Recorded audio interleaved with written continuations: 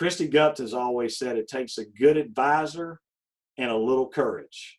Well, I think we're pretty good advisors, but the courage is what's most important, Mike. It's the courageous employer that will take the step to do this. That's the key. And that's what you asked earlier. We need more courageous employers, but we have to be better at communicating our message to them to make them feel comfortable being courageous, to know they're protected if they have bad claims year, that we've got their back with all these solutions in the FairCo Health Plan. Hello, this is Mike Andrade, and welcome to the Solving Healthcare podcast. We seek to find companies that are positively disrupting healthcare. I think you're really going to enjoy this interview today with Carl Schuessler. He is a healthcare antagonist and one that absolutely is mission driven by his desire to not just help employers, but help their employees get the best care they possibly can at the lowest cost possible price. Carl has an interesting background. He started as a financial advisor for a very, very large, globally known financial planning firm. Then he moved on to a national consulting firm that most people would know by name, leaving there to start his own practice, but also starting several other practices, including Mitigate Partners, as well as the FairCot Health Plan. Carl affectionately calls many of the players in the healthcare system the cartel. And during our interview today, I'm sure we're going to talk about that. I'm sure you're going to love his passion as well as just the energy he brings to the solutions that he's curating for his clients. Carl, welcome to the show, brother. Hey, Mike, thanks so much for having me. This is a great podcast. I told you right when I met you, I was listening to it, and you've had some unbelievable guests. I hope that we can deliver as well as most of them have, but you've done a great job with it, and it's an honor to be here today with you. Yeah, and so Carl, it's a blessing to have you on the show, and you and I have been friends now for about a year, and introduced by Dr. Kristen Dickerson, the CEO of Green Imaging. And when you and I first met, I didn't know how to take you because you're so passionate about what you do, but you don't want to mess around with people who aren't going to, I don't want to say you're not going to mess around people that waste your time, but you don't necessarily want to cut through the bullshit pretty dang quick. And it took me a while to pick that up. And so I'm one of those that I might sling a little bull, but it just takes me a while. But I have to say, knowing you, seeing your passion, and just knowing how committed you are to the mission that you support, I have to say it's been a blessing to get to know you. I learn something every time we talk, so I'm looking forward to this conversation. Right back at you. What I love about you, Carl, is you're so passionate about your mission. And maybe you can talk a little bit about what your personal mission is, and I'm sure I'll have some questions that follow after that. All right, well, thank you.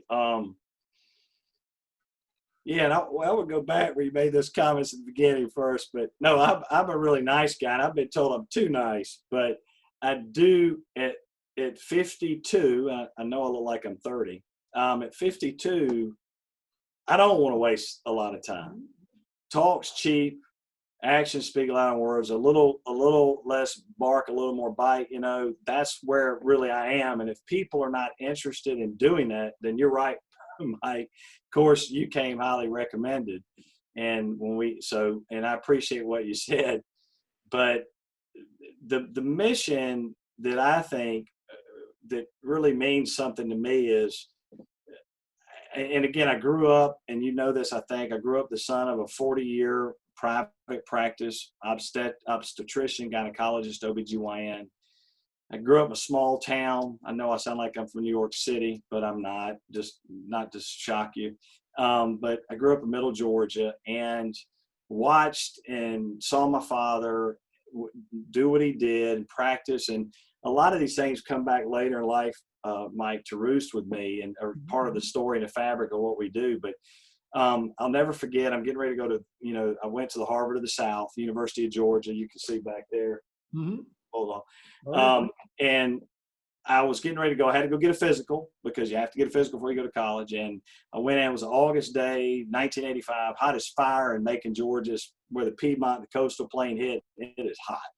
And I went in, and it was an old antebellum home, black and white tile floors. And I would never forget Miss Yancey, who was a nurse practitioner for Dr. Mays, our pediatrician, was going to come out and grab my finger and prick it with that razor blade back in the day. All these people today get off easy with a hole punch. but they had that razor blade, and you'd wear the gauze on your finger for an hour afterwards.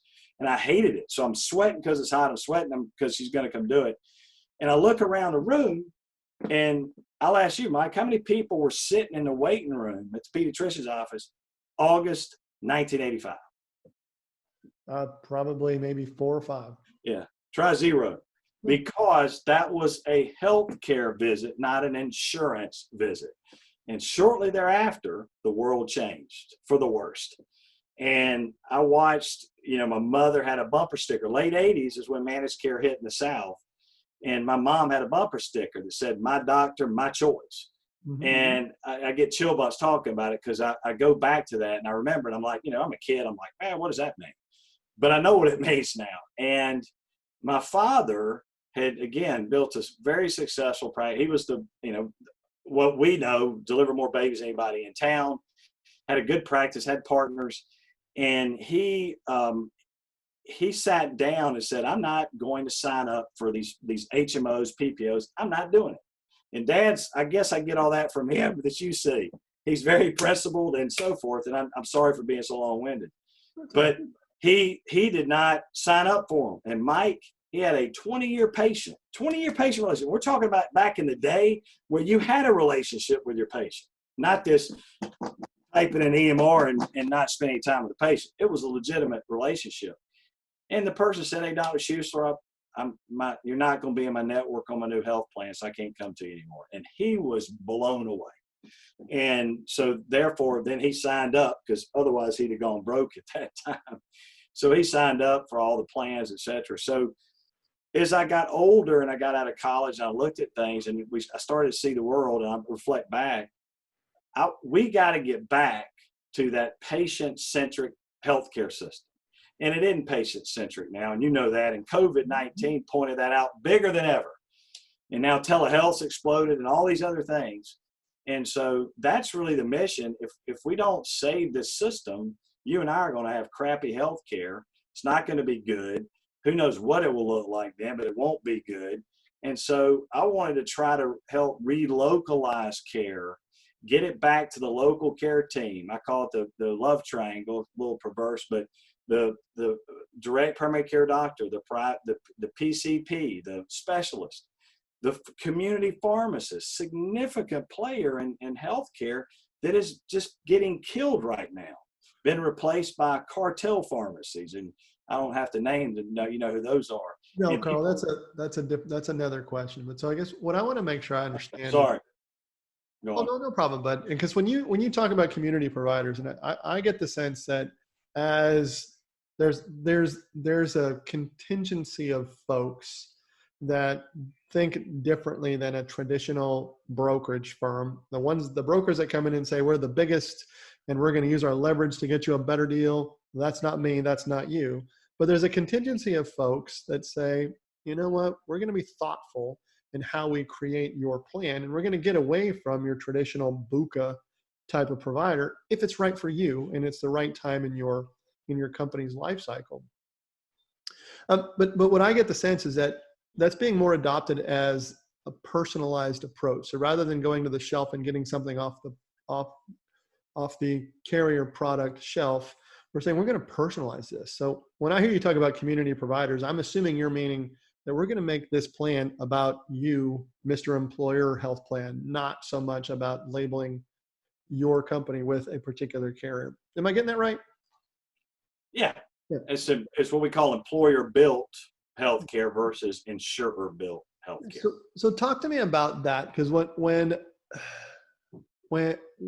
is possible with an employer that may be looking for cash right now because of COVID, or maybe they're just thinking we must do something different, and their eyes are now more open with the fact that there are different solutions out there. But let's start with the savings part. What is a typical savings range that an employer could expect by adopting some of the principles that you have with the FairCost health plan?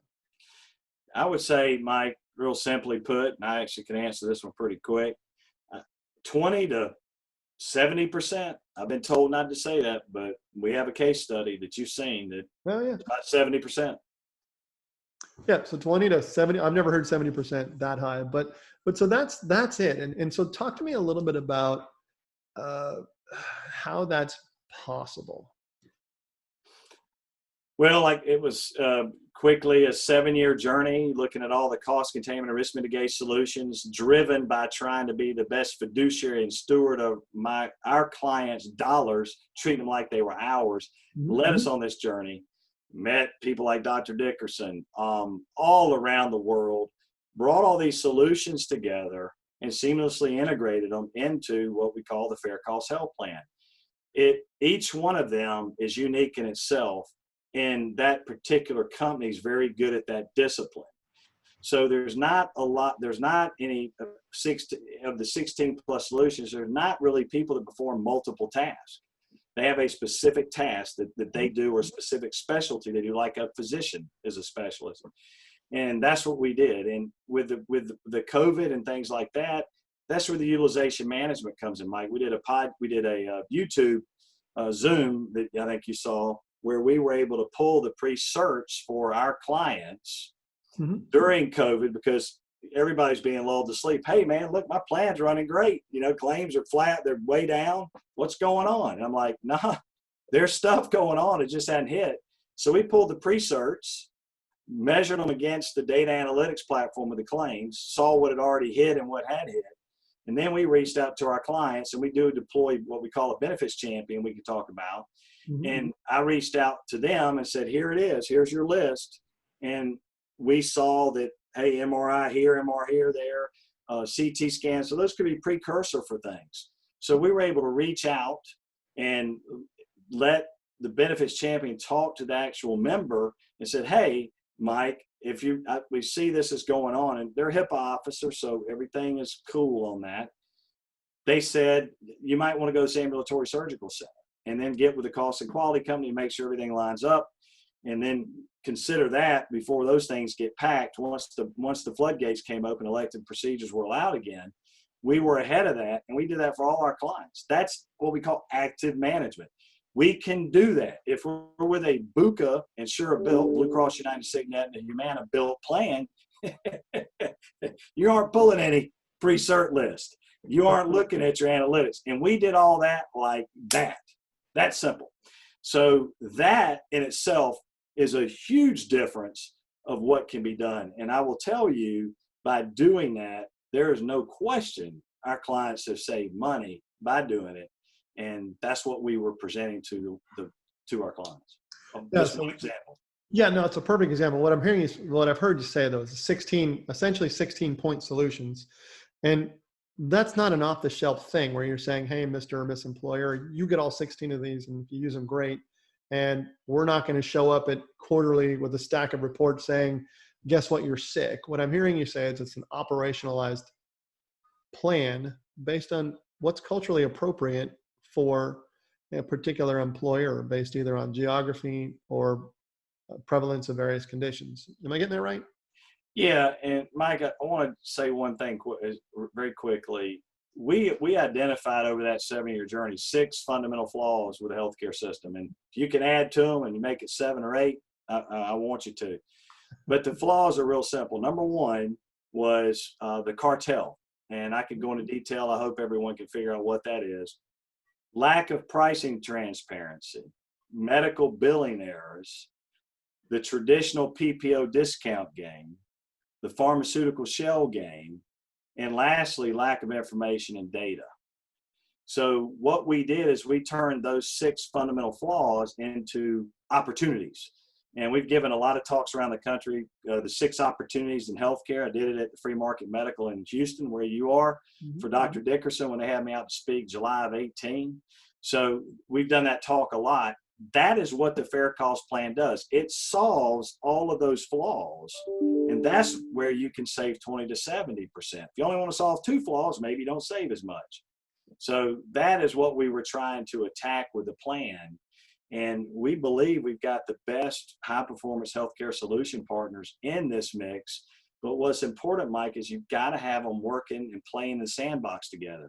There's a lot of parties here, but we have a few. One call that's all, as we call it. We have a cost and quality company that does a lot. The TPA, I'm gonna say this real quick. I'll put a plug in for my good friends, the Aether gals, as they've been called. But all TPAs suck. Is finding the least sucky of the suckiest, and I've always said that, and everybody loves that, and I see you laughing. But Aether is the least sucky of the suckiest, and that's what they're using as part of their slogan. So we truly have a partner now, Mike, and I could tell you about DeSoto Memorial Hospital or the Gasper Lynn's moving to them. The things that we're seeing are I've never seen. I feel like I'm their employer, they're mine. It's unbelievable. So they're the glue, the gorilla glue that holds us together. But the plan itself's not complicated. There's a few simple things, but all these specialty solutions, chronic kidney, musculoskeletal, whatever it is, they're not tapped into until needed. So the employee never hears about all these components and these bricks. They only know they got to make this call or they got to see the benefits champion, and that's all they have to do. Yeah, so behind this, go ahead.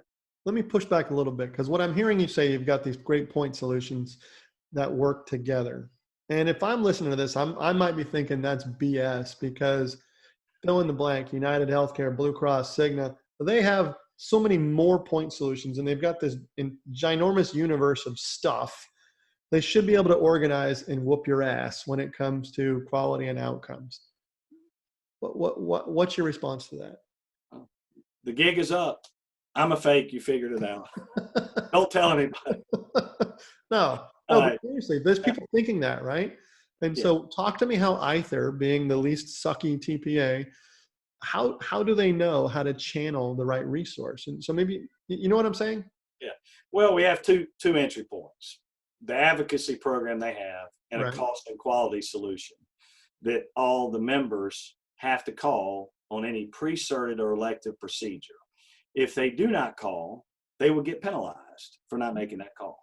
So therefore, we can catch a lot of these things up front. With the support of of Aether as well, we're able to catch these things up front, Mike. And before a claim becomes a claim, we have all hands on deck. And I'm going to tell you right now, and you get me fired up now, because when you're challenging my integrity. If you think the BUCAs are doing that, okay, I can tell you we work with the school district. 2 months ago, we had a $3.2 million heart transplant. $3.2 million heart transplant. We heard about it 2 months ago. That's the first we heard of it, Mike. That's the first we heard of it. Don't you think that person knew for a good long time they were in a heart transplant?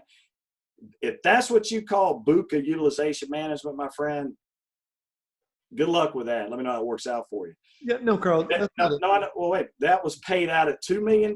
Stop loss is $1 million on this case. $2 million. $1 million. In our fair cost model, that call would have gone into pre-cert. We would have been notified. Aether, cost and quality, our network development partner, everybody, the client would have had all hands on deck, and we wouldn't have paid more than $300,000 for that procedure. I promise you. Yeah. That's the difference, Mike. So there's $700,000 of savings like that. Oh yeah, and you know what? My wife and I, she's a State Farm agent. We're on her plan, and it's Blue Cross, right? And so I knew the answer to that, because she gets an injection monthly, and she can navigate wherever she wants to go within Blue Cross. And when you call Blue Cross and say, "Hey, I need help," they say, "You know what? You've already hit your out of pocket. I would just stay doing what you're doing." And that is an unacceptable response if you're spending employers' money like it's your own. And so I knew the answer to your particular solution. It's just more of, I wanted to hear you say it. And so, but you're absolutely right. And many times what is missed is the opportunity to make an interception or to make a redirection. In the typical healthcare equation, when somebody has something that needs to be done, there's a phone call that happens. It's a prior authorization or pre-cert. And that is such an amazing source of data, because you can use that to positively influence the outcome. So you can avoid the 30 to 40% of surgeries that don't need to happen by having a proper touch point in place. You can help redirect folks that are going down the hall to whatever hospital system's MRI and save thousands of dollars by repeating that redirection over and over and over again. And so I totally agree with you. That's why we work together. It just seems that there's a lot of employers that are out there that haven't really gravitated towards the fact that they write a check and they can do so much with their health plan. And so let me ask you that. What do you think in your mind is the biggest rub as to why more employers aren't adopting plans like yours? Is it lack of knowledge or is it more fear?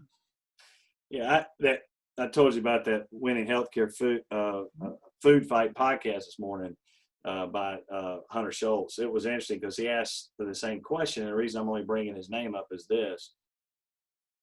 He asked it about school districts, municipalities, and private employers, and he asked about each category and why. Mike, I think the simple, and I can answer this real quickly, is the pain isn't great enough to make change. And you and I can go out there and show all this great stuff, show millions of dollars of savings. And a lot of people that know me and know you go, man, y'all ought to just be killing it with this, man. This thing planned, these videos, my gosh, look at what you've done for these employers. Not the case. Not the case. I mean, if so, you'd see the beach in my background right now on an island somewhere. But, you know, it's the pain's great enough. But, Mike, I think with COVID-19, I think that's accelerated that pain. And I think right now we're in that, I believe it's the Oklahoma land rush of 1889. You better grab the land, buddy, because it's going to be gone. And we really have to strike now. I think it's the greatest opportunity a benefits advisor has ever had in their career right now. Yeah. So let me ask you a question, because you've said the word cartel several times, and I want to talk a little bit about that because I think, I'm not exactly sure what you're going to say, but when I hear you say cartel, to me that means traditional brokers, insurance companies, pharmacy benefit managers, and even some healthcare providers. You kind of lump into that. But when you call them cartel, what are you affectionately saying? Well, what I'm saying is the only people sitting at the table with an employer that want the cost to go down are the employer. Mm-hmm. And all the rest of the cartel members make more money the more the costs go up. Yep. So it's all misaligned incentives. We could talk about the MLR rule. That's a laughable thing. I mean, we could talk about a lot of this stuff, but you nailed them all. And I was a part of the cartel. So let me be clear. I was a part of the cartel too, because I didn't know better, but I looked and dug and I got out of that, and everyone else can too. It's absolutely possible. But a lot of people do, turn an eye and they don't want to change because, buddy, when you passively manage a health plan, you're on the golf course a lot quicker. You're in the deer stand. You got a line wet in the lake. You're doing a lot of that stuff right now. When you actively manage plans, you're helping people. You're helping somebody get from a cartelish hospital, most expensive hospitals in Florida, to a long-term acute care facility in LTAC. And we have a national contract with Kindred Healthcare through FairCot. And we tried to get them to Kindred, and we couldn't. It didn't work out. And we were able to get our network development company, our cost and quality company, and we got them into a LTAC facility under around 120, 130 of Medicare. Then we were able to move them in 3 or 4 days to a rehab center at 100% of Medicare. That's what I'm talking about, actively managing it. So it takes more time. It's just a lot more work than being a cartel broker, any, mini, miny, mo, Blue, United, Signet, and Humana. And I'm telling you, and I know this, my good buddy Dennis Harton, Mitigate partner with us, and Frank Mike Dropper, Chris Yarn. If you hadn't had him on your show, you need to. Walk On Clinic. A lot of folks came to Orlando to hear me speak on November the 9th. I did a talk, and it was last year, and it was at the Florida Accountable Care Organization. It's called FlaCOS, Mike. So they put me up on a panel, and it was the dream shot for you and me, man. It doesn't get any better than this. That's why everybody came over, because they thought I was going to erupt and blow up and go crazy. But I was on the payer panel, Blue, United, Cigna. And no, I'm sorry, Blue, Cigna, and Aetna, and FairCot Health Plan. And that's what came out is everybody watched. I decided I had to go in the corner and say a prayer saying, Lord, please be my eyes, ears, and most importantly, my mouth. Please don't let it go crazy up here. And so I was able to get up there, and somehow, thanks to his help, I talked about the FairCot plan and what we're doing. I talked to these doctors that were in the audience. How many of y'all like pre-certs, prior arts, peer-to-peer reviews? How many millions of dollars do you waste? And they're like all raising their hands. Said, we don't do that in FairCot. we can design the plan for your specialty or whatever you provide us and avoid all that. So I'm talking all this stuff, Mike. I'm sorry to be, this is a good story. I'm talking all this, and it was crazy. I mean, I had the audience, and then the other group, Cigna, all of them, like Carl said, and I'm going, I didn't do it because I try to keep my composure. Like I did my butt. What are you talking about like me? You don't do like me. And so as we realized that when we left, here's little old me. I've had offices. I right now have an office in my home. This little old health plan was created over 7 years, and we're saving millions of dollars, improving EBITDA, making difference for members. And these folks have more money than God, and they can't do it. And we know why they can't, because of the misaligned incentives. But that was what was so relevant, and I could see that link to that talk. That's when we realized, I've always known that, but that's when we all realized, wow, it was Blue, Cigna, Aetna, and Fair Cost Health Plan up on the stage. And by the way, it's not a payer panel, it's a processor panel. The only payers in the healthcare system are the employers and the employees. Those folks, the cartel, are processors of their money. Mm-hmm. Don't give them the dignity of calling them a payer. And I'm not the, Contorno's always said that. And so we call them the processors. My buddy Barry Murphy helped me with that. And then Dr. Dickerson so eloquently pointed out, she hates the term reimbursements. When my dad delivered your baby, Mike, did he get reimbursed for what he did, or did you pay him for what the service he provided?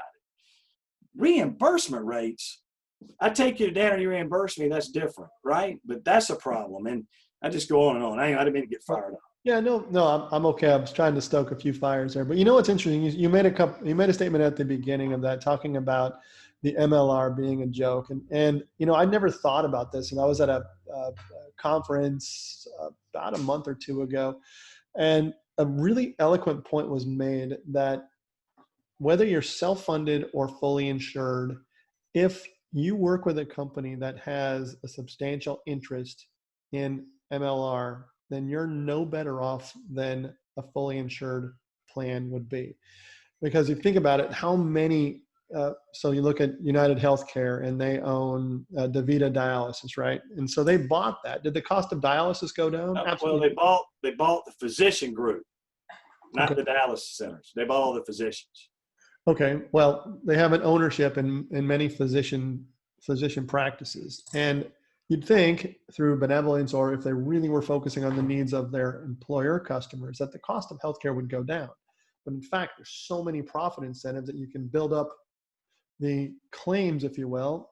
And then, so it really doesn't matter what you make on the administrative side, because there's so much more money being made that you can pass through as a claim that you don't have to subject to an MLR maximum administrative piece. So you see that as well? Yeah, I do. And let's just look at one and let's pick on one. No, I think number 5 in the Fortune 500 is United Healthcare. Yep. They own their own PBM, Optum. Optum owns more physicians than anyone in America, including Kaiser Permanente. Mm-hmm. Optum signed a huge contract 2 years ago, with a government entity that could be worth $50 billion on some technology stuff. They own, my memory's right, I think United owns 630 companies, 230 of which are Optum companies that also are included in that. It is a behemoth, and if you look at, you know, I can't go there, but right. You look at Cigna, they were 65th in the Fortune 500, Mike. A few weeks ago, they jumped up 52 spots to 13. Because why?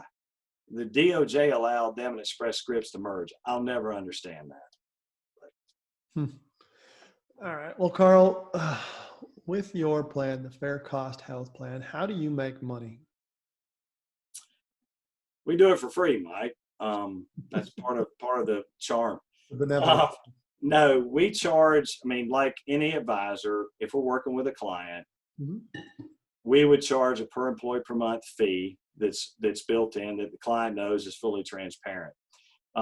One thing, and I'm glad you asked that, is critically important, and with our plan, or you work with any independent third-party administrator or any BUCA TPA, you learn real quick there's money changing hands all over the place because they're making money on the solutions that they have in their program, like you said, the easy button, but they're making money.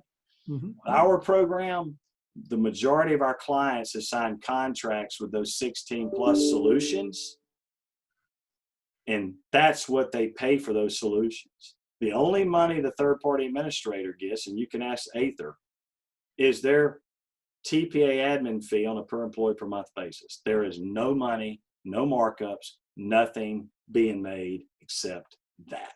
Yeah. So And we're paid our, and that doesn't exist in the country that I've seen. I've never seen that before. And that was important to us so that we pass through these programs at the cost, the fair cost plan. We get breaks on cost from these partners, and they get that. We don't get any money but what we're paid on our per employee per month, advisory. Yeah. So what I'm hearing you say is fair upfront pricing, fully disclosed. And it's funny because if you're self-funded now, go to your contract and flip to the appendix item, whether it's Cigna, United, Blue Cross, or whatever. There's always going to be something in there that says, we also make money off of our vendors. And if you want to know that, ask us and we'll tell you, right?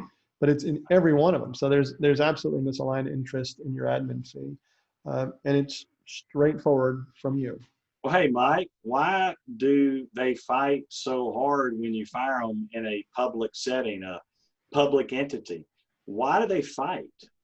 Why do they get on planes to fly down and meet your client for smaller business that's not IBM? Why do they, do different things, delay processes? If your client didn't want you involved, if you had some type of contract with them, I'm sure you'd let them out and they pay you some amount of money and you're done. That's not how it goes here. And the reason it goes that way, it's not the admin fee they make all their money on. It's all the other things that you can't see because it's proprietary and you can't look underneath the hood. And we can go on that. Yeah, no, we're good, dude. And you know what the thing is what I want to make sure we echo clearly about the Fair Cost Health Plan and Mitigate Partners is that it's actively managed health with the various 16-point solutions that you're talking about. The active part is not sitting down with you quarterly to review what programs you can put in place. It's like when that particular claim pops up or when that condition pops up, it's the activation part, the active part of managing each one of those individual claims to the best possible outcome. Did I get you, or did I get that right? Yeah. And Mike, I think again, and I'm going to use DeSoto Memorial Hospital. We sat down on October 1st, and my part, I want to also, there's a couple other co-founders and Mitigate Partners, Barry Murphy, Barry Broom, the Barrys. But Barry Murphy and I sat down on October the 1st, 2018 with the hospital CEO, CFO, the director of benefits, controller. I had the stop loss carrier present. I had our cost and quality company present. I had a network company present and assembled this meeting. And we met from 1 o'clock to 6 o'clock at night. And we built the plan brick by brick and then had a couple hour-long phone calls after that follow-up. And we put it together and we assembled it. And by doing that, this particular hospital, they had 79% of their members going elsewhere for care because this is a small 49-bed hospital in the Fort Porras County in the state of Florida. And they don't do everything there. 4-star CMS hospital, only like 19 in the whole state of Florida. They're a great hospital. But they were going other places. We weaponized or incentivized the plan design and changed it. So we broke all barriers to care. It's one thing we didn't talk about. Most of our plans have no deductible, very little copays, and very low out-of-pockets. If you get out-of-pocket in our plan, you have to take about 70 drugs a month to even come close. But what we did is we broke the barriers to care. So we had employees, Mike, that worked at the hospital for 25 years who never had care in the hospital. A newer, younger employee had a cancer, and the surgery was $42,000. You can see the video. And she paid zero because she had done hospital. She had no deductible anymore. So we took the foreign medical spend of 79% over a 4-year period with a BUCA TPA and reduced it to 62% 1 year. Wow. And that's a lot of tribute to Dr. Lee Gross and Dr. Bill Crouch down there at the Epiphany, Direct Primary Care, Dr. Gross. They're all nationally known, tremendous advocates for DPC. And a lot of the other programs we put in, and maybe we also had a great claims year. So we're not going to beat our chest and say, aren't we great? But the one thing I do want to say, Mike, and that's something we hadn't talked about, Christy Gupta has always said it takes a good advisor and a little courage. Well, I think we're pretty good advisors, but the courage is what's most important, Mike. It's the courageous employer that will take the step to do this. That's the key. And that's what you asked earlier. We need more courageous employers, but we have to be better at communicating our message to them to make them feel comfortable being courageous, to know they're protected if they have bad claims year, that we've got their back with all these solutions in the FairCo Health Plan. That's important. So these employers we work with, they get the credit. They were courageous to do this. Wow, that's a great message. And another message, I did a little bit of Carl stalking, and so yeah, I'm a fan. But I know one of your favorite quotes is that you never change things by fighting the existing reality. To change something, build a new model that makes the existing model obsolete. What? I mean, I think that pretty much says a lot about you and also about the FairCo Health Plan. What else does it say about you, bud? I think that's it. I mean, I was blessed. I was blessed to have these good cost containment risk mitigation partners have come together on the plan. I'm blessed to have some good partners with me. I'm blessed to have these 20 offices around the country. We're all working together, collaborating, sharing, making it better. Mike, it's evolving. It's far from perfect. I do try to achieve perfection, but if we can hit excellence, I think we're doing good. But we fight, and you find a better solution in Houston. Hey, Carl, do you know about this? We add it. But that is it. That's what drove us. I was so frustrated with the BUCAs, the ASO TPA models. I was so frustrated with the independent third-party administrators. And what I said earlier this morning, I said real quick, I went to a bunch of them. I was supposed to, I think the How to Vet a TPA, the questionnaire we built, was supposed to be in Dave Chase's first book, the CEO Guide. As you know, we're part of Health Rosetta, and they've done a ton to accelerate this movement. So I can't thank them enough. We all need to thank them. But I was supposed to have a chapter in about how to vet TPAs. Well, they go, man, shockingly, Carl, this is way too long. I know that surprises you, Mike. But I said, well, y'all are writers, fix it. And they couldn't do it, so it didn't get in the book. I'm not real good at vetting TPAs. I think I've proven it. I thought I was. I did the best I could, but obviously I failed 4 times in building FairCos with 4 different TPAs. Finally, we landed on the least sucky of the suckiest, Aether, the winner chicken dinner. But what's really important in that is I went out to the TPAs and I said, Mike, you're a TPA. I'm having a party. And I got the band, I got the catering, I got the valet parking, I got the booze. I'm ready to roll. But Mike, I don't have anyone to host my party. Will you host my party? And I'd get answers like, well, you can't serve Bud Light. You got to serve Michelob Light. I said, well, nah, I want it. You can't serve Cointreau. You got to serve triple sec. No, this is what I want. And I was bringing the FairCo Health Plan. That was the party. And I had to look around to find one that would build it. And then I also had to find them that would do it without making money except their PEPM. And dude, that's a heck of a challenge. And I kissed a lot of frogs, and it was a lot of work. And even then, after all the work, I still failed because the benefits champion, Liz Schrock, is the first. I mean, she's unbelievable, wonderful person at the Gasper Land. She's done awesome work. And she's taught me a lot too. With her, we found out how bad these TPAs were, Mike, because you yourself, me in the past, have had clients paying claims they shouldn't pay. Liz, boy, you get between her and these employees, she's the mother hen, boy, you do not want to be able to enter that discussion if you ain't taking care of her. I can tell you that. But she catches things in these claims funding requests. That's how we've discovered how bad many of them are, because no one's doing that. So that's something we created, called the Benefits Champion, along with Glenn Price, the CFO. It was his idea as well. And they, with all the savings they had, they put that in, and everyone loves her. She's a HIPAA officer of the company, and they come to her with everything. And then she's able to disseminate them to the different parties in the FairCo plan to help take care of the members. So I'm sorry, I went off on a tangent. I know that's a shock. So Carl, let me ask you, with your point solutions, how do you vet them to make sure that they're a good fit? But in terms of credentialing point solutions, how do you do that to make sure you've got a reasonably better than reasonable chance of having a successful outcome? That's a great question. Been blessed to know some good people. Brian Klepper had a great vetting questionnaire he used that he shared. I used some of that, added some things to it. We're always trying to make it better, collaborate. I've done that. I talked to guys like you, Mike, if you worked with green imaging, what your experience has been. We go as deep and thorough as we can, and there are a lot of advisors that rely on people like you and me that people know, and if we go out and advertise or say something great about somebody, they assume it's okay, and some of these advisors haven't vetted them properly, and I'm not perfect. I think I've displayed that well today, but I think that's the best you can do, and you try it. And we've been blessed for the most part. We have not had to remove one component we did remove. We did make a change on the chronic kidney partner. But you have to have a bench too in these areas, because healthcare is for sale right now. It's the hottest sector in the country. And one of those partners could get bought. One of our stop loss partners was bought, but they remain the way they are. And that's the other thing I didn't tell you.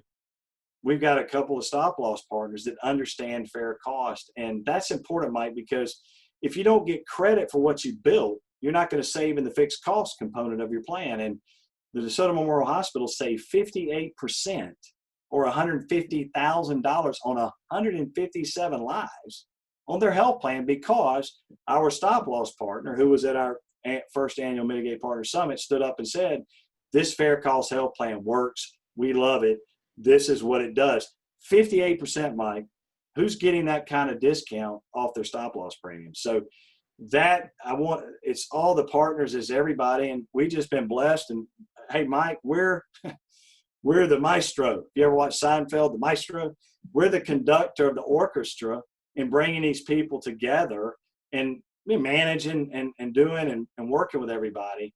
But that's what we do, and that's how you actively manage a health plan. Yeah. And actually one of my favorite, he's a good friend of mine, but he's a former client with my other company. We had a philosophy that, we're going to make the news, not report it.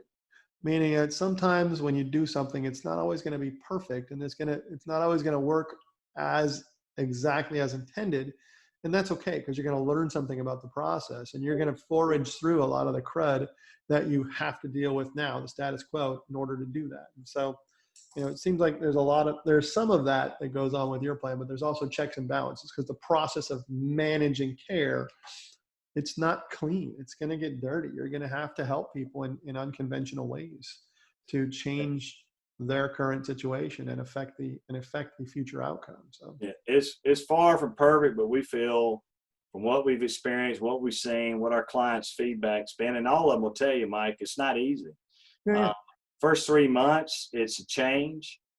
The benefits champion is a critical role if you can have it. With the savings that's generated, it's not a problem in hiring them as long as the employer is willing to invest. But it isn't perfect, but it's the best thing we've seen going. And I think you can watch all those patient rights advocate. I want to thank patient rights advocacy too, because they were the ones. Marty Jamison Carey is a wonderful healthcare writer. She works with PRA. They're the ones that got the transparency rule you just saw earlier this week, where the American Hospital Association lost their fight, and of course they appealed. That's PRA.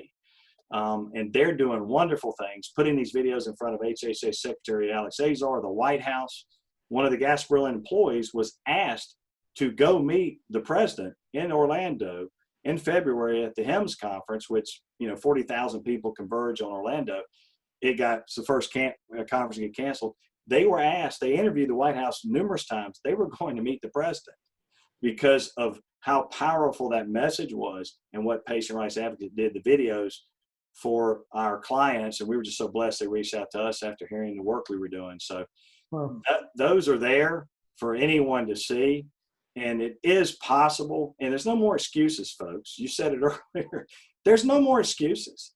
You folks know there's a way out there, and to sit passively by and not do these things is violating our fiduciary responsibility to our clients, Wow. in my opinion. And if we don't do something about it, we're not going to have a job. We're not going to have a business. So the benefits advisor, as Dave Chase often says, we may have one of the most important jobs in the United States economy, or otherwise you and I are going to have some pretty crappy health care when we get older in life. Well, yeah, I understand that. So Carl, people want to get a hold of you. How do they do that? They can look at us on LinkedIn. The email address is carl@mitigatepartners.com. 404-941-5519. We've got a YouTube channel. I know you'll probably put some of that stuff in the show notes. That's the easiest way. And we've got a lot of good partners all around the country that we're all working together to try to solve this together and collaborate. And it's not a dictatorship. We all can help each other. And we know no one entity has all the answers. And FairCot's health plan doesn't have all the answers. We feel it's got a lot, but it can be better. All right, man. Well, Carl, I appreciate your time today, bud. You've obviously got a lot of passion, a lot of experience, and a lot of insights. And so the cool thing is you're in touch with your inner being and your inner consultant. So, I don't know. Is that good or? it's a great thing. I love to talk with people that are as passionate as you are. And I typically see that in almost all podcast interviews that I do, is that the CEOs I talk with, the problems that they solve, they're so passionate about. And, you are another prime example of the secret to solving healthcare is that it's going to be a battle you always must be fighting, but you got to have passion in that area. So thank you for serving, bud. I appreciate you very much. No. Hey, Mike, I appreciate you. And it's an honor to be on your podcast. And hopefully I didn't butcher it up too bad, but I appreciate the opportunity to help spread the good word. Yeah. Amen, brother.